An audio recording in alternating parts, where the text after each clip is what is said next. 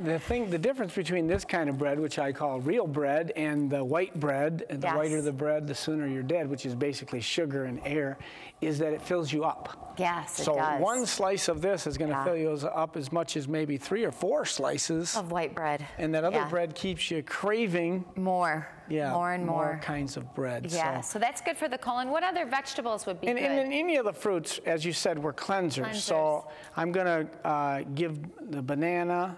But, you know, banana's a great colon balancer because it can be used for both diarrhea and constipation, which is where people with irritable bowel syndrome kind of go back and forth from those things. So the banana is a great choice there.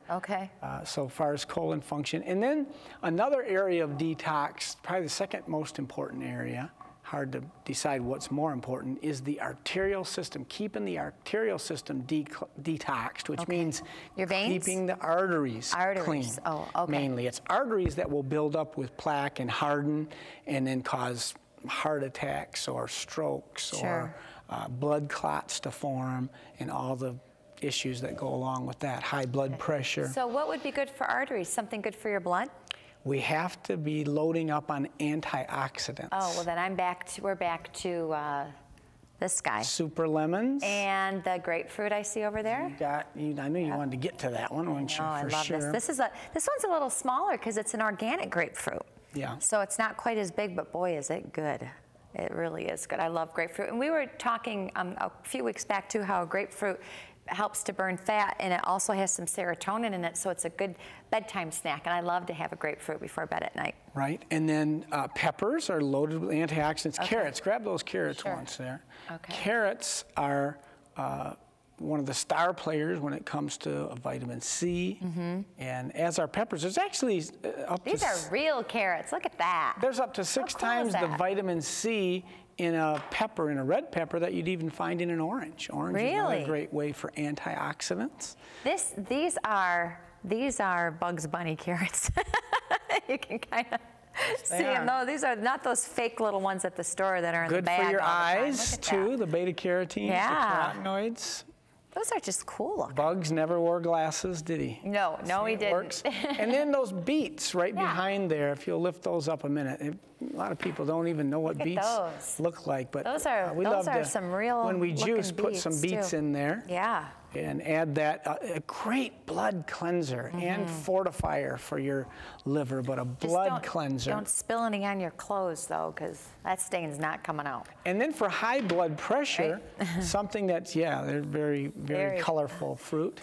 Does that, with that high pigment, this is a vegetable, right? Yes. Okay, with the strong pigment, is that anti-aging too? Yes, those are the carotenoids that are in there, and there's probably other oids that I don't know the names of in the beet. The beet's just a great blood cleanser. And then behind the beet's a little stalk.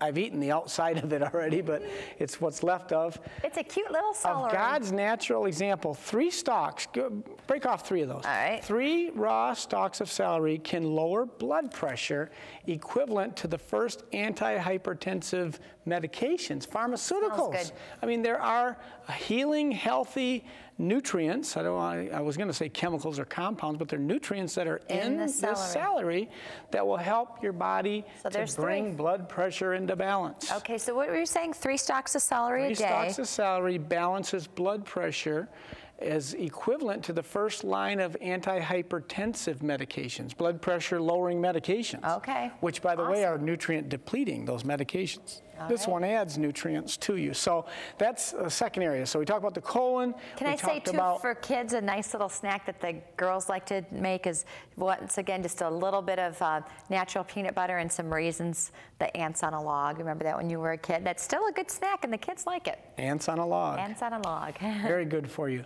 So that's the second area of detoxification. We're supporting that body keeping the arterial system clean. So keep the colon functioning properly, keep the arterial system clean, and then supporting the major organ that changes toxins in our body, where toxins from the intestine are first taken to be detoxified and changed, would be the liver. Okay. And to support the function of the liver. So what would support the liver? You know, I don't have an answer for that one. There's a little. You're close to it. It's in a little glass thing. No, there's a little bowl. Yeah, that's one of the things. But you've got an egg in here. Yeah, for your liver. I have an egg, and what else? And, well, of course, we love garlic. Garlic. And then my other favorite, red onions. And red onions. I stole that from your personal stash. I love red onions. These are...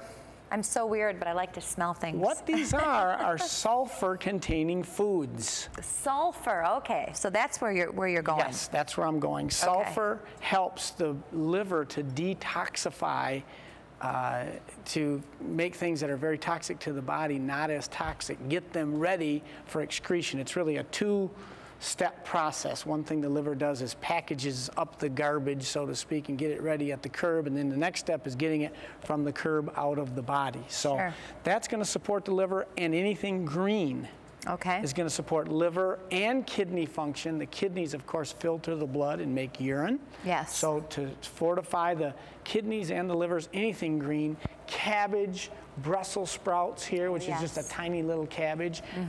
Broccoli would be included in this family. The cruciferous vegetables, they are super liver and kidney support, antioxidant support, very important for detoxifying the body. Sure. And then finally, the last area, and I'm simplifying this, but the fourth area of detoxification that we want to talk about is removing fat from the body, because fat is where toxins hide. Okay. So the body uses fat as insulation, and in some cases people have a problem losing weight because they've got too many toxins on their body, and so the body's hanging on to that fat to insulate itself against the toxic effect of the toxin. So how are we going to get rid of these toxins? Well, we need to get that fat out. And how fat-fighting food.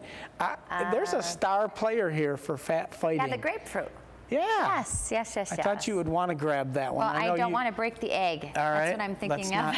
Let's not break the egg. We don't want that going all over the place. But let's get the grapefruit out. Get the grapefruit out. And talk about that boosting metabolism. Yeah, because it helps. There's an ingredient in here that helps burn fat, right? That's a fat burner. But it boosts metabolism, and then also helps you to helps you to calm down. So it's a great thing to eat. Because of the serotonin, right? Yes. Okay. Before you go to sleep, and I know. This is my snack before bed. I know when I'm getting in bed at night, I'm getting in with you and half of a grapefruit. Exactly. That's the way it is at my house. I like the shiny skin ones because those are pink when you cut them. She's a connoisseur. Did you see her pick that end off? Did you smell? I did. Yeah, I thought I saw you doing that. It smells so good. And that's a general way to tell the nutrition how much something smells good. It smells like life. Yeah, it does. That's for sure. And the general color of a fruit or vegetable tells us in general how much nutrient is in there. So. Wonderful.